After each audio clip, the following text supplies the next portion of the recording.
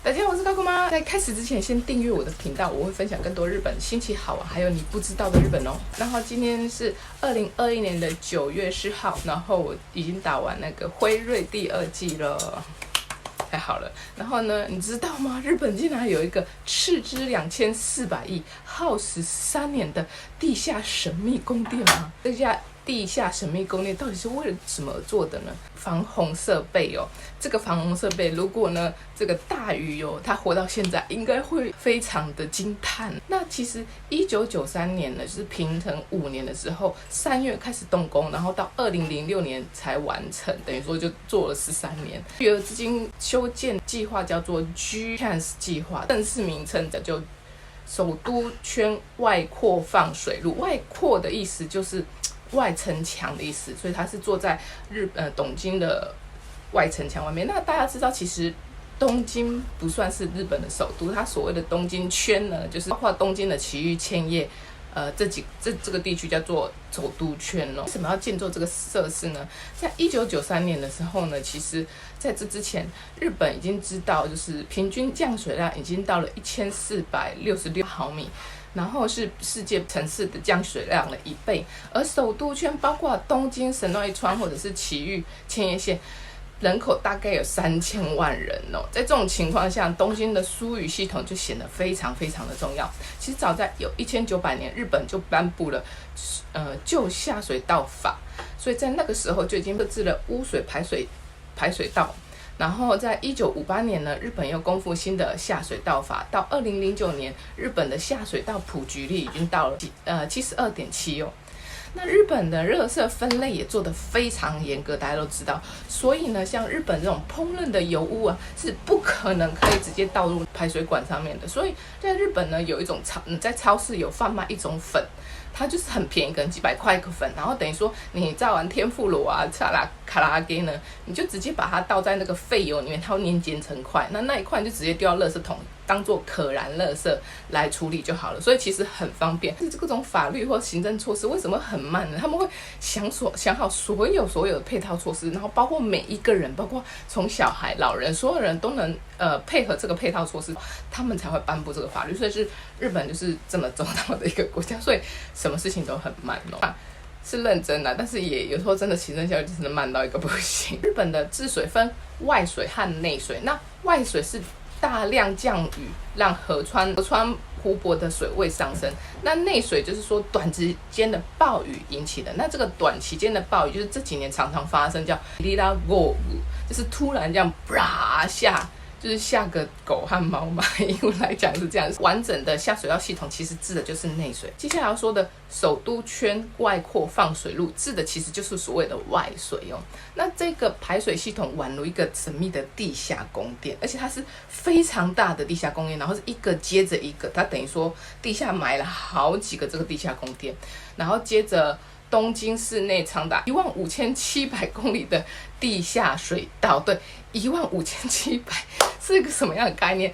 台湾这样子的那个从南到北来算是400好了，但来回6次的感觉，这样的非常大的地下水道哦。那这个巨型通道里面条深约70米，大概是22层楼高的一个巨大的储水系统哦，那里面是内径30米的大型混凝土水槽啦，然后形成一个非常大的储水系统，那总储水量为67万立方米。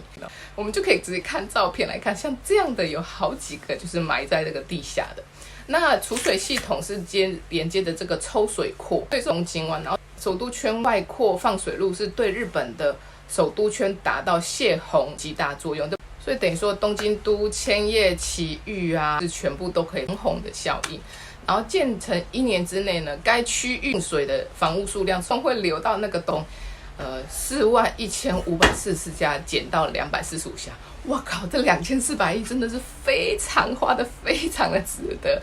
那现在这个神秘的地下宫殿，在没有运作的时候，其实可以进到里面参观。其实我会发现它是因为有一次肺炎之前，我跟高小爸爸就是会带着小朋友，然后去外面玩。那有一次就看到，有很奇妙的神秘地下宫殿，这是什么？我觉得好好玩，然后我才去研究它的时候，才看到然后才发现了这样一个排水系统，这是非常非常神奇，而且很多人其实到现在都还不知道，日本很多都不知道。那其实他在计划的时候是1993年盖的嘛，所以他其实对那时候的暴雨量的真的雨下到一个真的是非常非常严重。那只是这几年的暴雨，曾经一度让这个地下宫殿差一点点要满出来。其实呢，这个首都圈外扩放水路呢之外，他们还有另外一个排水系统，叫做暗渠暗渠。那这也是日本重要的防洪系统之一。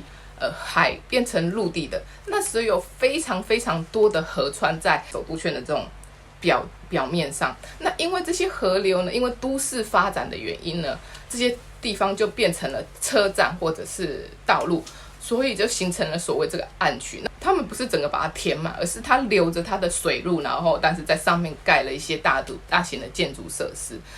现在大家知道的，大家可能来东京都很会去的，叫做涩谷车站，一定会去吧？那涩谷车站下面其实就有一个非常大的一个叫做涩谷川。那大家有没有看过《神隐少女》？《神隐少女》就是白龙之前不就是河神嘛？那是因为白龙被那条河被埋了起来之后，所以才到汤婆婆那里。它不是涩谷川，白龙不是涩谷川，好像琥珀什么川之类的吧，我忘记了。然后虽然埋了起来，但是它在车站的下面这个河流还依旧埋着，所以叫做暗渠。